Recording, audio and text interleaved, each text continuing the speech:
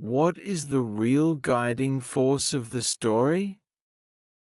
Do the conflicts between good and evil have a spiritual cause?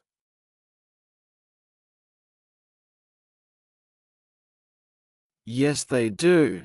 There is a spiritual origin in the various conflicts, and human history is not made up of God's work and intervention alone.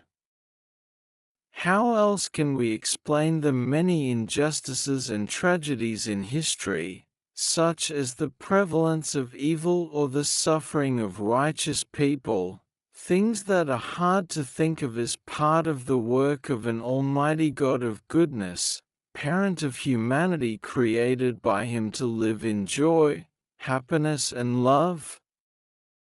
In the beginning God gave the first man and woman a commandment, which they were to obey until they became perfect. The fulfillment of the purpose of creation was possible only if man and woman realized their responsibility by obeying the commandment. The purpose of creation could not have been completed so much with God's participation and action. Although man's responsibility may seem infinitely small, it is an indispensable element of the principle of creation.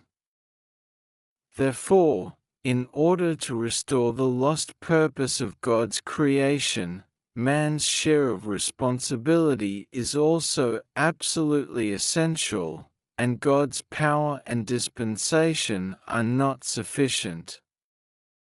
It may be that man realizes his responsibility or not. When a man realizes his own responsibility, God's will is manifested in history through that person, his dispensation is realized concretely, and restoration progresses. But when a man fails to fulfill his own responsibility to separate himself from Satan and not live in his own world, spiritually and physically, God's dispensation through that person is nullified, and instead Satan's will is manifested. Therefore, man can make God happy or sad, powerful or powerless against the evil forces of Satan in this world, succeeding or failing in his own responsibility.